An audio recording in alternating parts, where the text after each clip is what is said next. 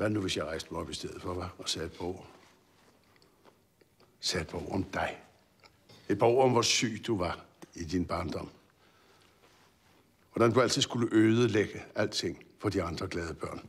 Hvordan du stjal deres legetøj og brændte det, mens de så på det. Hvorfor kvaklet en sjæl, du altid har været.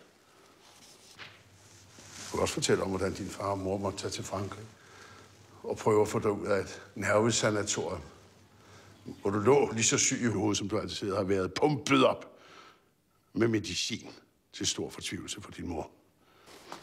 Jeg kunne også sige noget om, hvor talentløs du altid har været med kvinder. Skønne kvinder, som du bare lod passere forbi år efter år, fordi der er så uendeligt lidt mand i dig, Christian.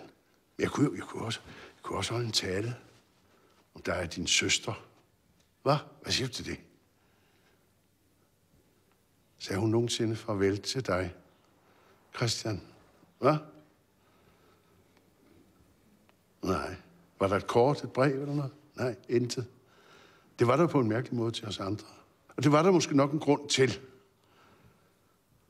Ja, for du tog jo bare afsted fra det hele, som sædvanligt. Tog afsted fra din syge søster.